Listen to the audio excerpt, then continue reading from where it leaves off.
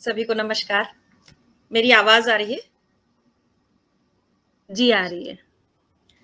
सभी को नमस्कार करती हूँ, मंच को नमन करती हूँ और समस्त देशवासियों को अ, गणतंत्र दिवस की ढेरों बधाई और शुभकामनाएँ देती हूँ।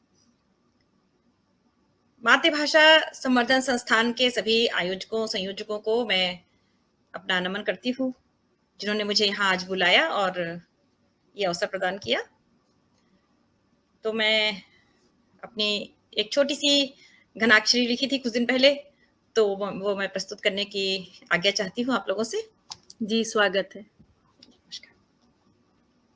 तो प्रसंग ये है कि किसी ने मुझसे पूछा कि आपके देश की कहानी क्या है?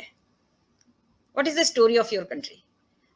तो मैंने कहा कि हर देश की कहानी होती है, मेरे देश की भी कहानी है, बड़ी गौरवपूर्ण कहानी है। मैं ज़रूर सुनाऊँगी, लेकिन कहानी सुनने से पहले आपको मैं उसके पात्रों का परिचय करवा देती हूँ। और यकीन मानिए वो पात्रों के परिचय सुनते-सुनते ही भाग गए, कहानी तो दूर रह गई। तो वो पात्रों का परिचय मैंने उनको कैसे दिया, वो मैं आपको सुनाती हूँ कि छोटे-छोटे बच्चे जहाँ दाँत गिनते शेरों के, छोटे-छोटे बच्चे जहाँ दाँत गिनते शेरों के, यही इस देश की कहानी कहलाती है।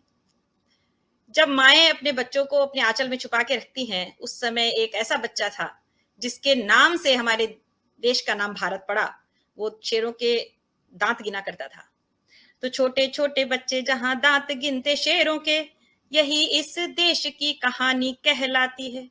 और फांसियों को चूम करके खून में नहा गई जो, फांसियों को चूम करके खून में नहा गई जो, हिंदुस्तानी वीरों की जवानी कहलाती है। फांसियों को चूम करके खून में नहा गई जो, हिंदुस्तानी वीरों की जवानी कहलाती है। और दूसरा पात्र, दोनों कर में शस्त्र और मुंह में लगाम लिए, दोनों कर में शस्त्र और मुंह में लगाम लिए, लड़ गई जो गोरों से वो रानी कहलाती है। दोनों कर में शस्त्र और मुंह में लगाम लिए, लड़ गई जो गोरों से वो रानी कहलाती है।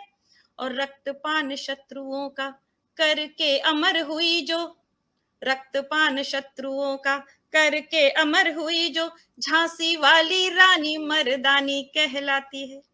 रक्तपान शत्रुओं का करके अमर हुई जो, झांसी वाली रानी मर्दानी कहलाती है।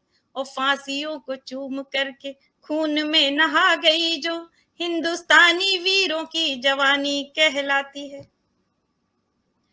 तो एक ये सशक्त पात्र का परिचय हुआ और आगे हमारे स्वतंत्रता संग्राम में, हमारे भारत को आज़ाद करवाने में कुछ ऐसे प्राणियों, कुछ ऐसे पुण्य आत्माओं ने भी अपने जीवन की आहुति दी, जिन्हें हम कह के भी जानवर नहीं कह सकते।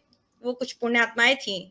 तो उनमें सब सर्वोपरि अगर हम देखें तो उनका नाम आता है, चेतक का नाम हम ज़रूर आज याद करना चाहेंगे कि चेतक जैसे अश्व स्वामी भक्ति की मिसाल बने, चेतक जैसे अश्व स्वामी भक्ति की मिसाल बने, घायल अवस्था में भी राणा को बचाया था। चेतक जैसे अश्व स्वामी भक्ति की मिसाल बने, घायल अवस्था में भी राणा को बचाया था। और हल्दी घाटी क्षेत्र की जो लाल धरा दिख रही है, हल्दी घाटी क्षेत्र की जो लाल धरा दिख रही है, रक्त रंजित क्रांति की निशानी कहलाती है। हल्दी घाटी क्षेत्र की जो लाल धरा दिख रही है, रक्त रंजित क्रांति की निशानी कहलाती है। और फांसियों को चूम करके खून में नहा गई जो, फांसियों को चूम करके खून में नहा गई जो, हिंदुस्तानी वीरों की जवानी कहलाती है। हिंदुस्तानी वीरों की जवानी कहलाती है। अब हम जाते हैं हमारी वीर प्रसूता भूमि पंजाब। ऐसे-ऐसे वीरों को जन्म दिया कि सुन के दुश्मनों का कलेजा काँप जाता था। तो छोटी चिड़िया से यहाँ बाज को लड़ाते थे जो, छोटी चिड़िया से यहाँ बाज को लड़ाते थे वो, ऐसे शूरवीर भारती की गोद खेले थे। छोटी चिड़िया से यहाँ बाज को लड़ाते थे जो, ऐसे शूरवीर भारती की गोद खेले थे। और अपने कुल की आन शान, और अपने कुल की आन बान शान को बचाने हेतु। अंतिम पंक्तियां हैं।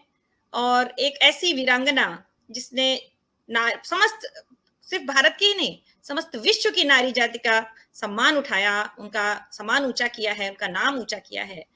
तो ऐसी वीरांगना को अगर हम ना याद करें तो ये ठीक नहीं होगा। तो अपने कुल की आन बान शान को बचाने हेतु जल गई वो शिव की शिवानी कहलाती है।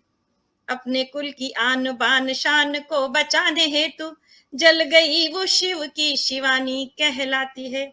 और फांसियों को चूम करके खून में नहा गई जो, फांसियों को चूम करके खून में नहा गई जो, हिंदुस्तानी वीरों की जवानी कहलाती है।